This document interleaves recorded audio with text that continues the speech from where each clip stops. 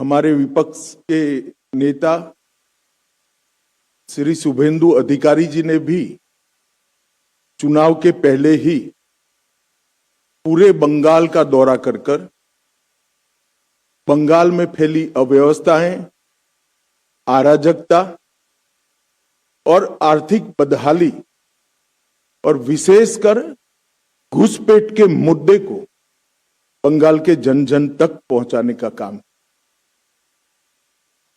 मित्रों, बंगाल का यह चुनाव बंगाल के लिए तो महत्वपूर्ण है ही है, परंतु पूरे देश के लिए महत्वपूर्ण। पूरे देश की सुरक्षा बंगाल के चुनाव के साथ एक प्रकार से जुड़ी है। असम में भारतीय जनता पार्टी की सरकार बनने के बाद असम से घुसपैठ कमोबेश समाप्त हो गई। अब एक ही रास्ता बचा है जहां से घुसपैठ होकर पूरे देश के अंदर घुसपैठिए फैलते हैं और देश की सुरक्षा के साथ खिलवाड़ करते। इसलिए बंगाल का एक चुनाव बंगाल के लिए महत्वपूर्ण है कई मायनों में, और देश की सुरक्षा की दृष्टि से देश के लिए भी महत्वपूर्ण। भारतीय जनता पार्टी ने तय किया है कि तृणमूल कांग्रेस के शासन के खिलाफ जनता के जो मुद्दे हैं इसको आवाज देना, जनता की आवाज को मुखर कर बंगाल की जनता के सामने और देश की जनता के सामने प्रस्तुत करना, और बंगाल के आने वाले चुनाव में ये पूरी जो अराजकता तृणमूल के शासन में फैली है इसका हम क्या हल लेकर आएंगे, इसका हम जवाब भी लेकर आएंगे। परंतु आज की प्रेस वार्ता तृणमूल कांग्रेस की इस सरकार के 15 साल के शासन के खिलाफ हमारा चार्जशीट, ये आज की प्रेस वार्ता का मुद्दा है। ये चार्जशीट जो है वो तृणमूल कांग्रेस भले कहे भारतीय जनता पार्टी का चार्जशीट है, परंतु मैं मानता हूं ये बंगाल की जनता ने ममता बनर्जी की सरकार के खिलाफ लगाया हुआ चार्जशीट है, जिसको भारतीय जनता पार्टी एक आवाज दे रही। एक प्रकार से आने वाला चुनाव बंगाल की जनता को तय करना है कि भय को चुनना है या भरोसे को चुनना। भय के आतंक से मुक्ति पाकर भरोसे के साथ देश जिस तेजी से आगे बढ़ रहा है इसके साथ बंगाल को जुड़ना चाहिए। ये तय करने का चुनाव है। विगत 15 सालों में भय, भ्रष्टाचार और भेदभाव की राजनीति चल रही है। झूठ, डर और हिंसा का सहारा लेकर अपनी राजनीति को आगे बढ़ाने का नया राजनीतिक थ्योरी ममता बनर्जी ने प्रस्तुत किया है। कोई भी सरकार को चुनकर आने का आधार जन कल्याण के काम होते हैं। तृणमूल कांग्रेस का चुनकर आने का आधार झूठ, डर और हिंसा है। मगर भारतीय जनता पार्टी 1911 से ही 2011 से ही इसके खिलाफ एक संघर्ष कर रहे हैं, और मुझे लगता है कि इस बार बंगाल की जनता पूर्ण बहुमत के साथ भारतीय जनता पार्टी की सरकार बनाने जा रही। ये जो चार्जशीट है टीएमसी के 15 साल के काले चिट्ठों का संकलन है। सोनार बांग्ला का स्वप्न दिखाकर सिंडिकेट राज स्थापित कर बंगाल की जनता का शोषण करने वाले शासन की कहानी है। तृणमूल कांग्रेस के कुशासन में बंगाल भ्रष्टाचार की प्रयोगशाला बन चुका है। ऊपर से नीचे तक सफेद पोश आपराधिक सिंडिकेट जनता को परेशान कर रहे हैं, और विकास के अभाव में बंगाल इंडस्ट्री के लिए एक प्रकार से ग्रेवयार्ड बन चुका है। बंगाल टीएमसी के पोंचो बिपोर जॉय से ग्रसित यहां घुसपैठियों को प्रोटेक्शन दिया जाता है। तुष्टीकरण को अपना मिशन बना चुकी है सरकार। भ्रष्टाचारी प्रस्तापित रूप से राजनीतिक सिस्टम में पहुंच चुके हैं। कट मनी का कलेक्शन आम बात हो चुका है और सिंडिकेट पर नो एक्शन ये सरकार का स्वभाव बन चुका है। कई सालों तक कम्युनिस्ट शासन का दंश झेली हुई बंगाल की जनता ने सोनार बांग्ला के स्वप्न के साथ परिवर्तन किया था, मगर अब आज वही जनता कह रही है कि इससे तो कम्युनिस्ट अच्छे थे। ऐसा शासन 15 साल तक ममता बनर्जी ने के नेतृत्व में यहां अनुभव में आया है। आज मैं ये भी कहना चाहता हूं कि बंगाल की जनता ने लगातार भारतीय जनता पार्टी का समर्थन किया है और ग्रेजुअली भारतीय जनता पार्टी कैसे बढ़ी है इसका मैं आज आप सबके सामने थोड़े आंकड़े भी जरूर रखना चाहूंगा।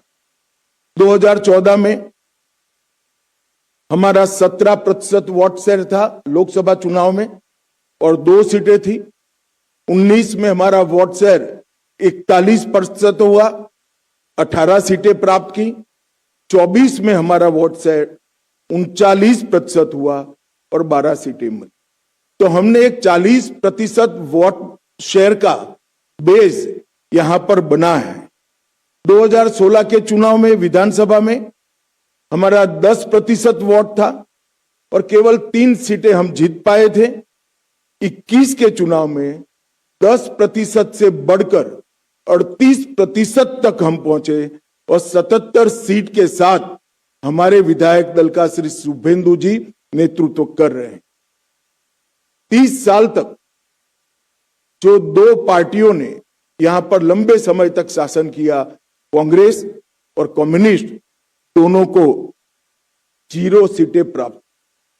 मित्रों, 2024 में मोदी जी के प्रधानमंत्री बनने के बाद महाराष्ट्र, हरियाणा, उड़ीसा, दिल्ली और बिहार, ये सभी जगह पे भारतीय जनता पार्टी के नेतृत्व में एनडीए ने अप्रत्याशित जीत हासिल की है और मुझे पूरा भरोसा है कि हमारी जो कैडर है, हमारे कार्यकर्ता हैं, वो जन जन तक पहुंचे हैं, जनता की आवाज को मुखर कर आवाज दे रहे हैं और इस बार बंगाल की जनता ने ये तय किया है कि प्रचंड बहुमत के साथ भारतीय जनता पार्टी की सरकार यहां बनाई जाएगी। ये चुनाव जो है वो एक प्रकार से जान जाने के भय से मुक्ति का चुनाव है, आजादी जाने के भय से मुक्ति का चुनाव है। पूरे बंगाल का बहुमत समाज demographic change, artificial demographic change के कारण भय में जी रहा है कि हमारे ही देश में कहीं हम माइनॉरिटी तो नहीं बन जाएंगे। वो भय से मुक्ति का, अपनी संपत्ति के लूटने के भय से मुक्ति का चुनाव है, रोजगारी छीनने के भय से मुक्ति का ये चुनाव है, महिलाओं की सुरक्षा खतरे में है इसके भय से मुक्ति का चुनाव है और युवाओं के भविष्य पर जो भय और अंधकार छाया है इसके मुक्ति का चुनाव। ये चुनाव शांति के भरोसे का है, सम्मान की जिंदगी की गारंटी का चुनाव है, मुफ्त इलाज गरीब को मिले इसके भरोसे का चुनाव है, पक्के घर का अधिकार सिंडिकेट न छीन ले इसके भरोसे का चुनाव है, मुफ्त बिजली हर गरीब तक पहुंचे इसके विश्वास का चुनाव है, हर घर में नल से जल पहुंच जाए इसके भरोसे का चुनाव है, युवाओं के उज्जवल भविष्य का भरोसे का चुनाव है और घुसपैठियों से मुक्त एक बंगाली समाज की रचना के भरोसे का चुनाव है। और ये भरोसा आज बंगाल के चुनाव का मुख्य मुद्दा बना है। भय को निकालना, भरोसों के प्रस्तापित करना, इसका मतलब है टीएमसी को हटाना और भारतीय जनता पार्टी का शासन यहां पर लाना। मोदी जी के नेतृत्व में जो विकास के देश के अंदर एक बहुत स्पीड के साथ रफ्तार चली है, बंगाल इसके साथ जुड़ना चाहता है। मैं 2014 से लेकर आज तक देश में जो परिवर्तन आया है इसके तरफ भी आपको बताना चाहता हूं। 15 में पहली बार जम्मू कश्मीर में एनडीए की सरकार बनी, 16 में हमने पहली बार आसाम में सरकार बनाई, 17 में हमने पहली बार मणिपुर में सरकार बनाई, हरियाणा में हमने पहली बार सरकार बनाई, अरुणाचल में पहली बार सरकार बनाई, 18 में त्रिपुरा में हमने पहली बार सरकार बनाई, 24 में हमने ओडिशा में पहली बार सरकार बनाई और 26 में प्रचंड बहुमत के साथ भारतीय जनता पार्टी बंगाल में सरकार बनाने जा रही है। ये मैं बहुत स्पष्ट रूप से देख रहा हूं। बंगाल जीतने के साथ ही एक बहुत लंबे अरसे के बाद अंग, बंग और कलिंग तीनों जगह एक पार्टी का शासन होने जा रहा है। बिहार में भी एनडीए का शासन है, उड़ीसा में भी भाजपा सरकार है और अब बंगाल में भी भाजपा सरकार आएगी। तो एक प्रकार से पूर्ण बहुमत की सरकार बंगाल के विकास की गारंटी है। मित्रों, ममता दीदी ने हमेशा विक्टिम कार्ड का पॉलिटिक्स खेला है। कभी पैर तुड़वा लेती हैं, कभी सिर पर पट्टी बंधवा देती है, कभी बीमार हो जाती है और कभी चुनाव आयोग के सामने बेचारा बनकर चुनाव आयोग को गालियां निकालती। मगर ममता दीदी, मैं आपको बताने आया हूं कि आपकी ये राजनीति को, विक्टिम कार्ड की पॉलिटिक्स को बंगाल की जनता अब बहुत अच्छे तरीके से समझ गई। चुनाव आयोग जैसी संवैधानिक संस्था पर गाली गलौज करना ये बंगाल की संस्कृति को शोभा नहीं दे। मैं आज एसआईआर के बारे में भी खुलकर बताना। एसआईआर पूरे देश भर में हो रहा, कहीं पर जुडिशियल ऑफिसर नहीं लगाने पड़े, सिर्फ बंगाल में लगाने पड़े। कारण क्या है? यही चुनाव के अंदर तमिलनाडु में भी एसआईआर हुआ, कोई कोर्ट केस नहीं हुआ। केरल में भी एसआईआर हुआ, कोई कोर्ट केस नहीं हुआ। तमिलनाडु में डीएमके की सरकार है, केरल में कम्युनिस्टों की सरकार है। बंगाल में ऐसा क्या हुआ कि सुप्रीम कोर्ट ने जुडिशियल ऑफिसरों को लगाना पड़ा? इस बात का जवाब ममता बनर्जी ने बंगाल की जनता को दिया। आपके डिस्ट्रिक्ट मजिस्ट्रेट निर्भीक रूप से काम नहीं किए, इसलिए सुप्रीम कोर्ट ने जुडिशियल ऑफिसर्स को लगाना पड़ा है। और एसआईआर पर वो जो आरोप कर रही है, मैं आज बंगाल की जनता को पूछना चाहता हूं, जो घुसपैठियों को वोटर बनाकर यहां रखा गया है, उनको क्या बंगाल का भविष्य तय करने का निर्णय देना है या नहीं देना है? वो बंगाल की जनता ने तय करना है। मैं भारतीय जनता पार्टी की ओर से स्पष्ट कर देना चाहता हूं, सिर्फ वोटर लिस्ट से नहीं, देश भर से एक एक घुसपैठियों को हम चुन कर देश के बाहर निकालने के लिए संकल्पबद्ध है और ये मेरी पार्टी का एजेंडा है। ममता जी को जो आरोप लगाना है वो लगाएं। मित्रों, डबल इंजन की सरकार, इसके कई ऐसे उदाहरण हैं। उत्तर प्रदेश बीमारू से बेमिसाल बना, मध्य प्रदेश ने कृषि विकास और विकास के नए स्टैंडर्ड सेट किए, आसाम जहां सालों से उग्रवाद था वहां आज सेमीकंडक्टर का प्लांट लग रहा है, त्रिपुरा ने 25 साल के ठहराव को समाप्त कर कैडर राज को समाप्त कर हम विकास के रास्ते पर आगे बढ़े हैं। और अब बारी है बंगाल की, यहां पर भी सिंडिकेट से मुक्ति पाने का ये चुनाव है।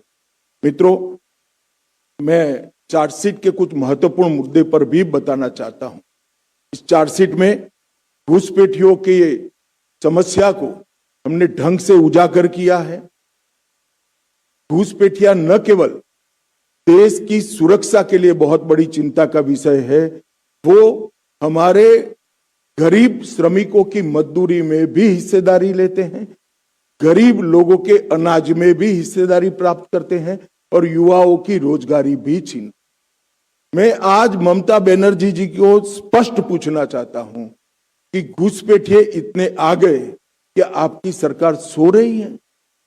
मुझे मालूम है वो कहेगी कि बीएसएफ क्या कर रही है। बीएसएफ तभी रोक सकती है जब आप बॉर्डर पर बाड़ लगाने की हमें भूमि दे। 600 किलोमीटर बाढ़ अधूरी रह गई। हमारे होम सेक्रेटरी यहां आकर आपको मिलकर गए, मैं खुद आकर आपकी ऑफिस में मिलकर गया, मगर आपने बाढ़ लगाने की भूमि नहीं दी, क्योंकि घुसपैठियों की वोट बैंक आप बनाना चाहते। हमने कोई पॉलिटिकल ईगो नहीं रखा। हमने आपके साथ संवाद किया, संपर्क किया, पत्र व्यवहार किया, मगर आपने हमें भूमि नहीं दी है। कोई बात नहीं ममता दीदी, आपके पास बहुत कम समय है। 6 मई को भारतीय जनता पार्टी की सरकार बनेगी और 45 दिन में सभी भूमि बाढ़ के लिए जो उपलब्ध कराना है वो भारत सरकार को बंगाल की भारतीय जनता पार्टी की सरकार उपलब्ध करा देगी और हम घुसपैठ को रोकेंगे। तुष्टीकरण की इंतहा कर ममता बनर्जी जी ने रख दिए। मैं आज बंगाल की जनता को बताना चाहता हूं, अल्पसंख्यक का बजट लास्ट बजट के अंदर 5,713 करोड़। ऐसा न मानिए कि मैं अल्पसंख्यक के बजट का विरोध, आपको जो रखना है वो रखिए, मगर उसके अनुपात में पिछड़ा वर्ग की संख्या 3 गुना है और पिछड़ा वर्ग के लिए आपका बजट है, ओबीसी के लिए बजट है 2533 करोड़। कम संख्या होने के बावजूद अल्पसंख्यकों का बजट 5713 करोड़ और ज्यादा संख्या होने के बावजूद पिछड़ा वर्ग का बजट 2533 करोड़। आज बंगाल की जनता को यह सत्य जानना चाहिए। बंगाल की जनता को यह भी जानना चाहिए कि 77 समुदायों को ओबीसी में ममता बनर्जी की सरकार ने जोड़ा, उसमें से 75 समुदाय मुस्लिम थे। क्या और कोई ओबीसी है ही नहीं? किस प्रकार से आप शासन चलाना चाहती हैं?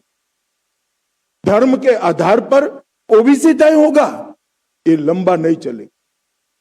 आपकी घुसपैठ की पॉलिटिक्स के कारण सिलीगुड़ी कॉरिडोर की सुरक्षा आज कमजोर हो गई है। मवेशी की तस्करी और नकली मुद्रा, इसके कारण पूरे भारत के अर्थतंत्र पर गहरा असर पड़ा है। मित्रों, इस तुष्टीकरण की राजनीति से एक प्रकार से पूरा बंगाल गंभीर समस्याओं से घिर चुका है।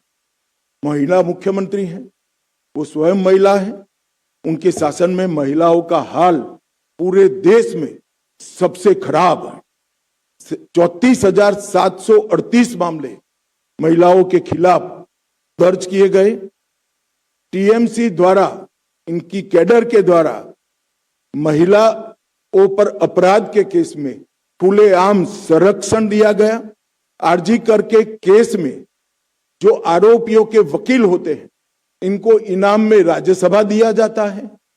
और संदेश खाली में धड़ल्ले से आदिवासी महिलाओं का शोषण हुआ, वो भी तृणमूल कांग्रेस का पदाधिकारी था। कस्बा लॉ कॉलेज के बलात्कार में चुप्पी साध ली गई। पार्क स्ट्रीट बलात्कार को ममता बनर्जी ने घड़ी हुई घटना बताया। हंसकाली पीड़िता के केस में टीएमसी नेता के एक बेटे ने बलात्कार किया, तो टीएमसी के नेताओं ने उसके महिला के चरित्र पर ही सवाल उठा दिए। कामदूनी सामूहिक बलात्कार और हत्या के लिए मुख्यमंत्री ने स्वयं महिला जो न्याय की मांग कर रही थी उनको माओवादी बताया। दुर्गापुर मेडिकल छात्रा के सामूहिक बलात्कार में महिलाओं पर सवाल उठा दिए गए कि आप बाहर क्यों जाती हैं। किस प्रकार का बंगाल आपने बनाकर रखा है, जहां मुख्यमंत्री स्वयं कहती है कि महिलाओं को बाहर नहीं निकलना। मित्रों, भ्रष्टाचार की देश भर में सबसे ज्यादा भ्रष्टाचार के केस अगर कहीं हुए हैं तो यहीं पर तृणमूल कांग्रेस के शासन।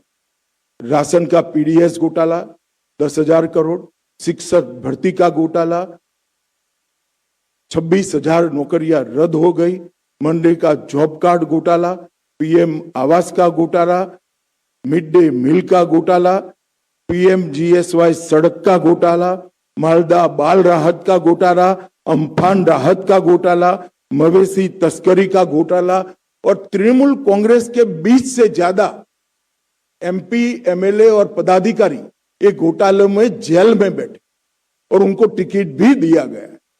ममता बनर्जी को मैं पूछना चाहता हूं कि आप क्या बंगाल की जनता को इसका जस्टिफिकेशन दे पाएगी? टीएमसी के शासन में कानून और व्यवस्था का संपूर्ण पतन हो चुका है।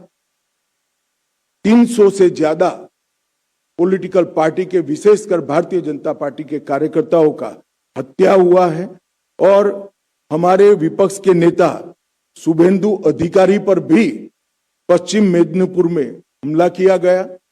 हमारे तत्कालीन राष्ट्रीय अध्यक्ष श्रीमान नड्डा जी की गाड़ी पर भी हमला किया गया। बंगाल में राजनीतिक हिंसा मानो चुनाव जीतने का पर्याय बनाकर ममता बनर्जी जी ने रख दिया। बंगला अस्मिता पर भी ढेर सारे हमले किए हैं। संसद में वंदे मातरम के 150 साल की एक गौरवमयी चर्चा होती है, टीएमसी इसका विरोध करती है। बांग्ला पाठ्य पुस्तकों में उर्दू शब्द शामिल कर दिए जाते हैं। खुदीराम बोस के लिए पाठ्य पुस्तक में अपशब्द कहे जाते हैं। सनातन धर्म के लिए गंदा धर्म ऐसा धड़ल्ले से बोला जाता है। हरिचंद और गुरुचंद ठाकुर के पवित्र नामों को भी अपमानित किया जाता है।